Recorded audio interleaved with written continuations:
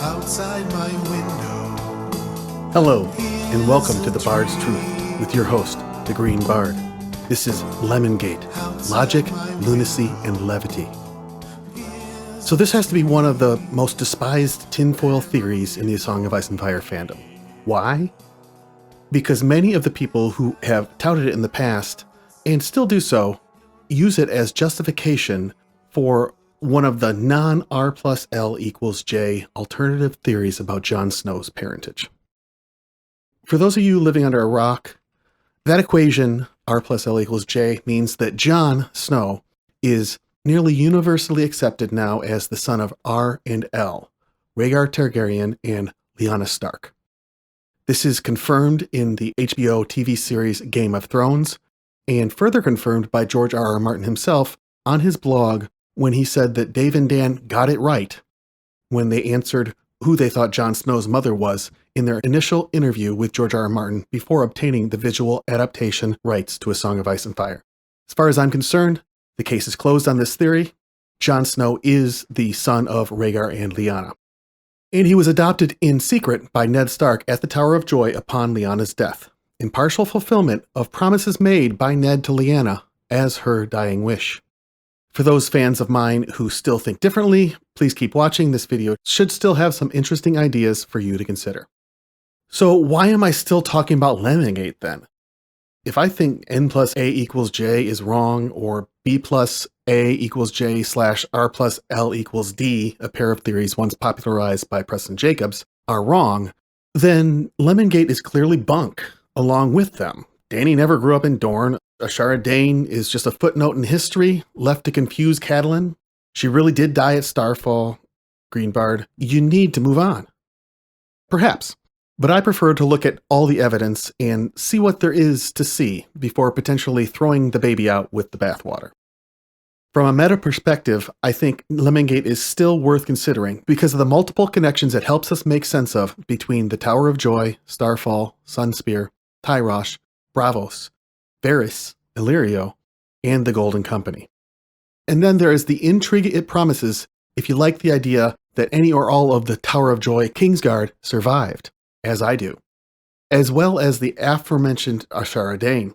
And regardless of whether Dany is Rhaella and Aerys' child or Rhaegar and Lyanna's child, we can and should assume that any of these characters, if they survived, would have a vested interest in ensuring the survival of Viserys and Dany. Further, with R plus L equals J, they would also have that same vested interest in the survival of Jon Snow, as would Ned. So my conclusion is that Lemongate is not at all dead just because R plus L equals J is true. It is still just as intriguing, perhaps even more so. Let me explain, although a full explanation of how these intriguing connections play into my theories may turn into a series here, not just one YouTube video. So with that preface out of the way, let's consider the logic, lunacy, and levity potentially buried in Lemongate. Lemongate, the theory. Succinctly, Lemongate is the theory that after fleeing Dragonstone at the end of Robert's Rebellion, Dany did not spend her first 4 years or so in Braavos, as reported to us in her POV chapters in A Game of Thrones. Instead, the theory proposes that she was somewhere warm where lemon trees would grow. Here is the most important quote from that text. She did not remember Dragonstone either. They had run again just before the usurper's brother set sail with his new-built fleet. By then, only Dragonstone itself, the ancient seat of our house, had remained of the 7 kingdoms that had once been theirs. It would not remain for long. The garrison had been prepared to sell them to the usurper, but one night Sir Willem Darry and 4 loyal men had broken into the nursery and stolen them both, along with her wet nurse, and set sail under cover of darkness for the safety of the Braavosian coast. She remembered Sir Willem dimly, a great grey bear of a man, half-blind, roaring, and bellowing orders from his sickbed. The servants had lived in terror of him, but he had always been kind to Dany. He called her little princess and sometimes my lady, and his hands were soft as old leather. He never left his bed, though. The smell of sickness clung to him day and night, a hot, moist, sickly sweet odor. That was when they had lived in Braavos, in the big house with the red door. Dany had her own room there, with a lemon tree outside her window. After Sir Willem had died, the servants had stolen what little money they had left, and soon after, they had been put out of the big house.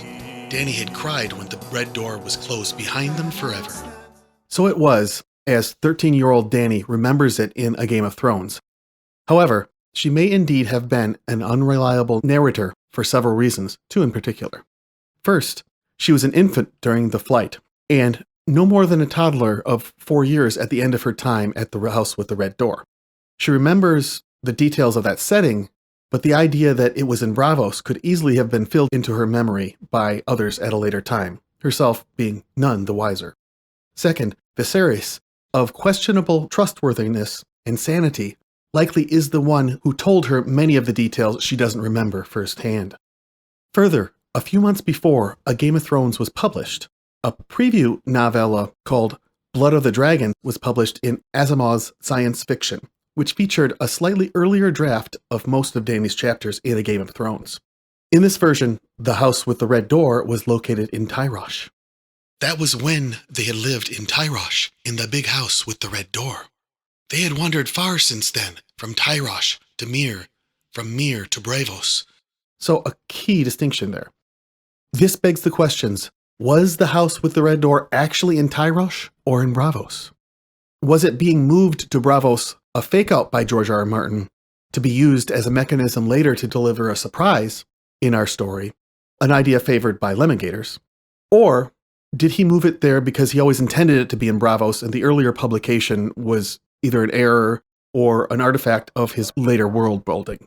And the final possibility, was the move to Braavos the thing that was actually George R. R. Martin's mistake, made completely nonsensical due to later world building, a decision he regrets and or laughs at? That's the key, laughing at it.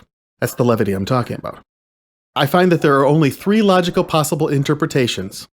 1, the Lemongate theory. She was actually in Dorne or Tyrosh, and George R. R. Martin putting her in Braavos is a story planted into her memory by Viserys, which promises a future reveal of truth, probably coupled with other revelations. The null hypothesis, or conventional reading, she was in Braavos, and this was always George R. R. Martin's intention. The lemon tree outside her window was some kind of greenhouse in the Sea Lord's palace. Dubious. And number 3, George R. R. Martin screwed up and put her in Braavos without looking at his own maps, making the lemon tree outside her window extremely illogical to the Braavosi climate. Any later mention of citrus not growing there is either a troll of Lemongate by George R. R. Martin or George R. R. Martin just laughing at himself. And that's possible. I'm going to give that some credence. So, Lemongate, what's the evidence? I could take a very long time reading every piece of evidence in the text for you. I don't think that would be time well spent. It's been hashed over many times before by bloggers and YouTubers. Instead, I will list all the evidence used to support Lemongate here real quickly and then move on. Number 1, in the published books and TWO sample chapters, there are no fewer than 10 references to lemon and other citrus not growing in northern climes on both sides of the Narrow Sea, but growing in the southern Free Cities and Dorne. The chapters include A Storm of Swords, Arya 2, twice. A Storm of Swords, Tyrion 5. A Feast for Crows, the Captain of the Guards, many times. A Feast for Crows, Elaine 2. A Dance with Dragons, The Watcher. The Winds of Winter, Theon 1. The Winds of Winter, Elaine 1. And then, of course, the Winds of Winter, Mercy 2. These references are accelerated in the latest publications, with reference in the Mercy chapter being on another level, directly beating us over the head with the fact that citrus is not grown in Braavos specifically. 3. Sir Willem Darry's hot, moist, sickly sweet odor is not indicative of Braavos' climate. Number 4, Dany thinks of scented oils and perfumes when thinking of the house with the red door, also an unlikely association to a house in Braavos with its cold, damp weather. That's in A Game of Thrones, Daenerys 6. Number 5, George R. R. Martin sent a response to a fan who asked about the dichotomy between Dany's lemon tree and Braavos' cold, foggy climate. George states, "Very perceptive of you. Yes, it does point to, well, that would be telling." There's contradictory ideas about the validity of this story, but it was published on LiveJournal. Number 6, Dany mentioned that the servants stole their money, but wouldn't it be in the Iron Bank of Braavos if they indeed were living in Braavos? Further, if the house with the red door was part of the Sea Lord's palace/estate, as many argue, how would the Sea Lord tolerate this behavior among his servants? Should we assume now that he turned against them so hard that he ordered it? Or that there was such chaos in the death of a Sea Lord with a new choosing? Somehow I feel that Dany would have been filled in on such enormities. And then 7. Dany and Viserys' voyages after leaving the house with the red door. From Braavos to Myr, from Myr to Tyrosh, and on to Qohor, Volantis, and Lys. Make zero sense if Braavos was the starting point. However, their travels are a very logical circuit of the Free Cities if Tyrosh were the starting point, as was written in Blood of the Dragon. From Tyrosh to Myr, from Myr to Braavos. And then, of course, on to Qohor, Volantis, and Lys. That makes sense. So, then there's the null hypothesis. While I find that supporting evidence quite compelling, many in the fandom stand by the explicit reading of the text as the logical supposition here. In order to accept that logic, though, you have to ignore all the evidence I presented above. Some argue that there are plenty of examples in real life for citrus being grown in all sorts of locations with due care. I would respond that this is not real life. This is a fictional world where the opposite is well established in the text. They would point to an obscure line in A Feast for Crows, Samuel 3, that trees did not grow in Braavos, which absurdly makes the case for Lemongate stronger, only to cling to the save in the courts and gardens of the mighty, to assert that Dany stayed in the Sea Lord's palace, and that was where this lemon tree was, of course. Case closed. I find these mental gymnastics utterly absurd. I know that many of my friends still believe them, but we must agree to disagree, I suppose, if that's the case. As established by the text, the lemon tree simply would not grow there unless perhaps it was in a greenhouse. Are we then going to assert that Dany's bedroom window opens into a greenhouse? I'm just sneezing thinking about the mold that would cause. No, I promise this is not the story that George R. R. Martin is spinning.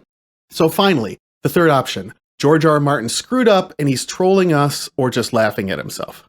So the only argument that one can make for the house with the red door being in Braavos is that George R. R. Martin just hadn't fleshed out his world building at the time of Game of Thrones. The argument I would counter with is that he could easily have patched up this main issue with Lemongate, lemons not growing so far north, in his lore. He simply did the opposite, making the Sea Lord's argument even more of a stretch, to the point of being laughable. And that is really the only thing that I can fathom at this point, if George R. R. Martin really intended it to be true that Dany had spent her early years in Braavos. George R. R. Martin is making jokes. Let's be clear, I find it unlikely, but there might be a world where after publishing A Storm of Swords, George R. R. Martin realized that he had egg on his face when this fan that I mentioned earlier pointed out the lemony contradictions to him about Braavos' climate. It's possible that he even heard some hint of the Lemongate theory from discussion with Elio at Westeros.org. It's possible that he found the whole thing hilarious and decided to double and triple down on this elaborate ruse, poking fun and laughing at his own mistake, and fans' appetite for reading tinfoil theories into the clues. And he embeds that while gardening this story. This is all possible. Entirely plausible, in fact. But is it George R. R. Martin's personality or style? I don't think trolling his fans would be. Laughing at himself, yeah, I can see that. But I just can't see why he wouldn't just choose to close the plot hole that was eminently closable if he'd like.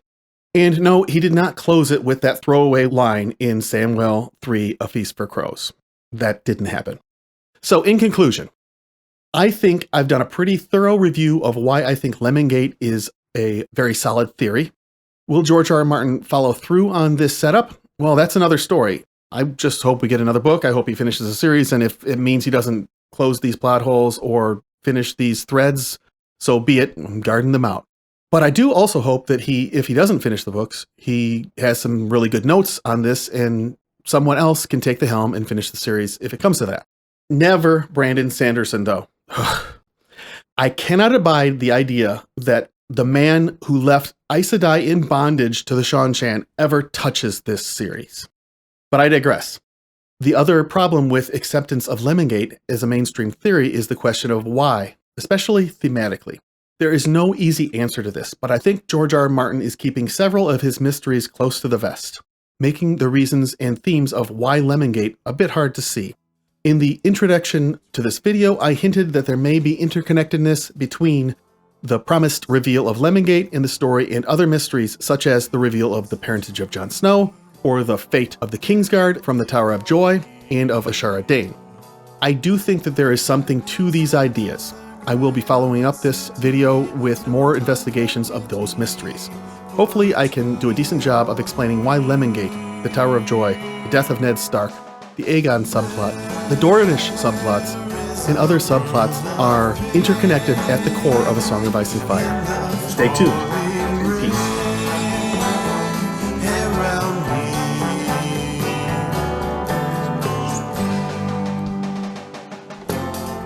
Outside my window is a tree. Outside my